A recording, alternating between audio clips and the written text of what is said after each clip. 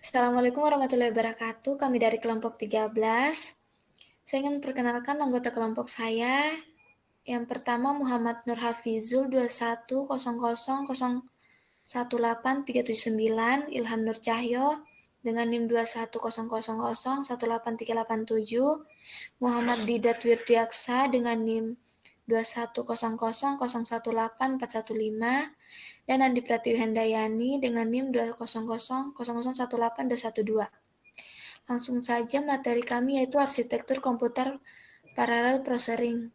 Kepada Muhammad Nur Hafizul saya persilahkan. Pengenalan awal.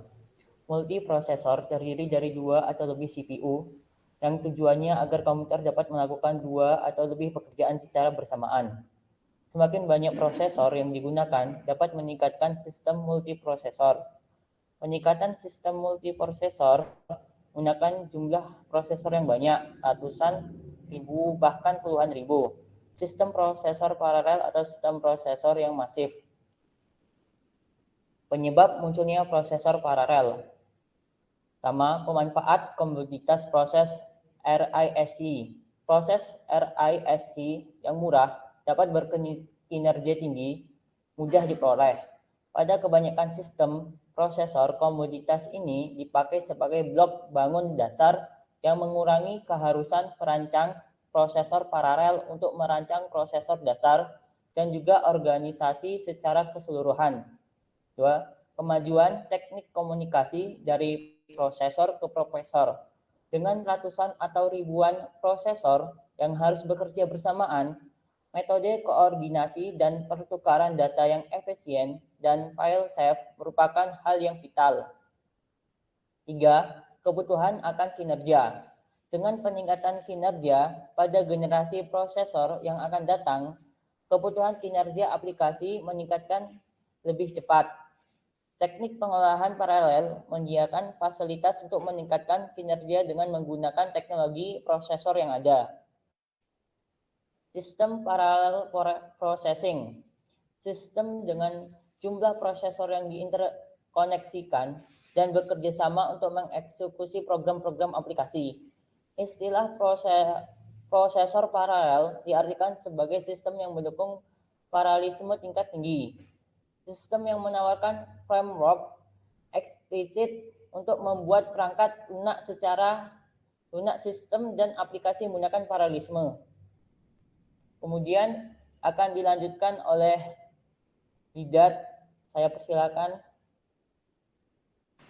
Saya ingin melanjutkan yang barusan dijelaskan oleh teman saya, yaitu ada paralelisme tingkat rendah.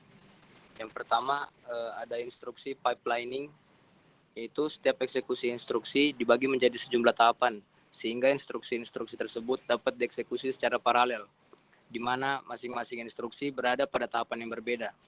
Lalu ada unit fungsional prosesor jamak, yaitu replikasi unit-unit ALU mengizinkan pendekatan skalar di mana sejumlah instruksi dieksekusi secara paralel, semuanya pada tahapan eksekusi yang sama. Lalu ada prosesor terspesialisasi yang terpisah. Contoh yang sangat umum adalah penggunaan prosesor I/O yang membebaskan CPU dari tanggung jawab kontrol I/O secara rinci. Selanjutnya, multiprocessing. Multiprocessing adalah kemampuan pemrosesan komputer yang dilakukan secara serentak. Hal ini dimungkinkan dengan menggunakan 2 CPU atau lebih dalam sebuah sistem komputer. Multiprocessing sering diimplementasikan dalam perangkat keras dengan menggunakan beberapa CPU sekaligus. Multiprogramming sering digunakan dalam perangkat lunak. Sebuah sistem mungkin dapat memiliki 2 kemampuan tersebut. Selanjutnya, dapat kita lihat di sini ada contoh multitasking dan multiprosesi. Selanjutnya akan dilanjutkan oleh teman saya. Pada penggunaan multiprocessing ini dimotivasi oleh pertimbangan sistem kinerja atau reliabilitas. Kita dapat mengklasifikasikan multiprocessing sebagai berikut. Yang pertama, loosely coupled multiprocessing. Terdiri dari kumpulan sistem yang relatif bersifat otonom Masing-masing CPU memiliki memori utama dan seluruh I/O-nya sendiri. Istilah multi-komputer sering digunakan dalam konteks ini. Yang kedua, functionality specialized processor. Contohnya prosesor I/O.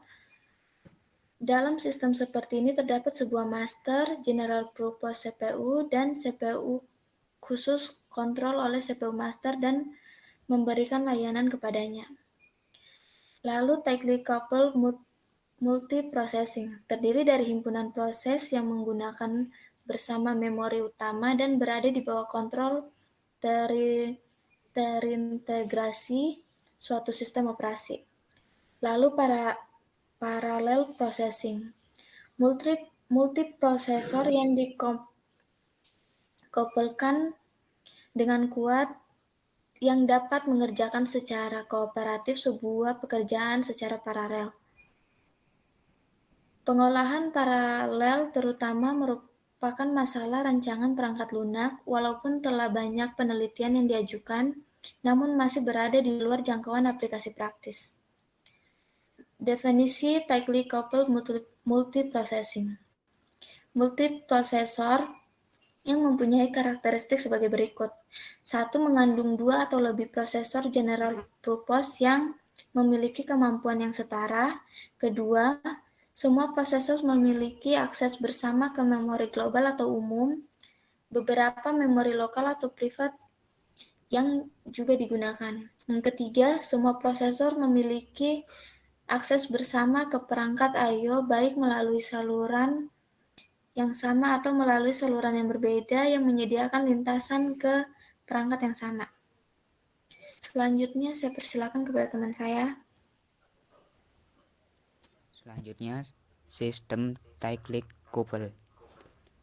Multiprocessing dikontrol oleh sebuah sistem operasi yang terintegrasi yang menyediakan interaksi antar prosesor dengan program-program pada tingkat job, task, file, dan data.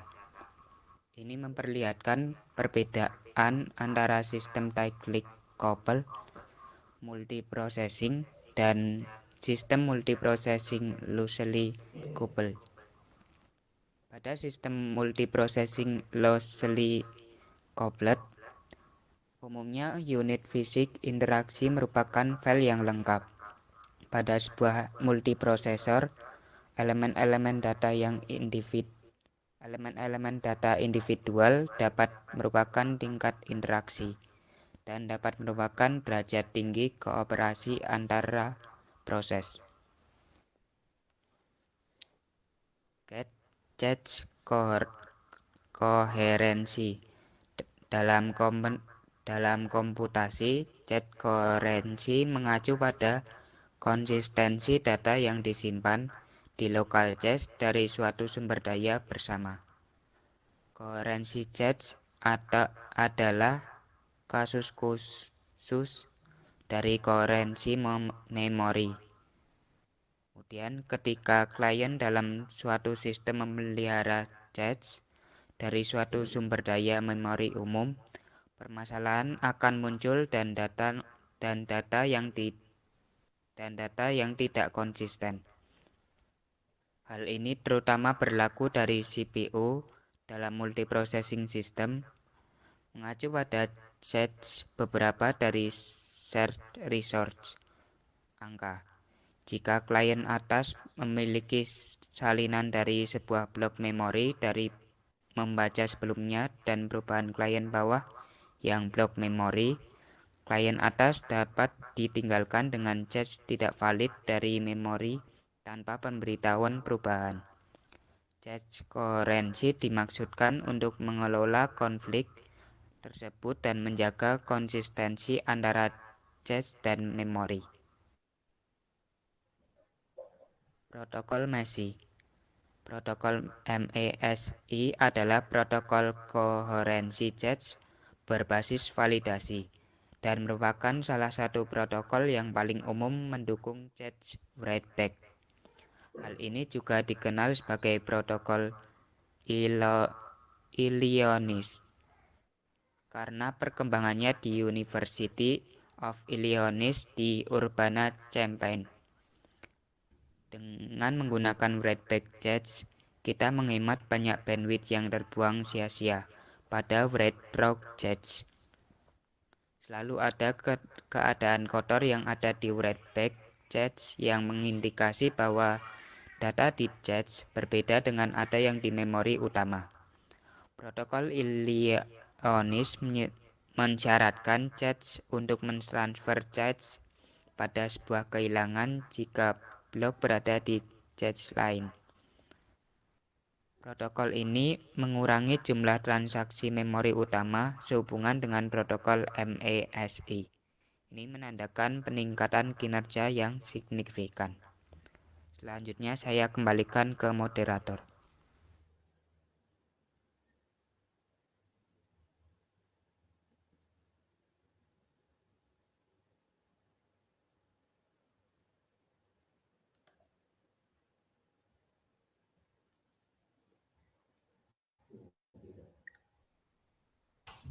Mungkin sekian dari kelompok kami, lebih dan kurangnya mohon dimaafkan. Jika ada yang ingin ditanyakan bisa ditulis di kolom komentar.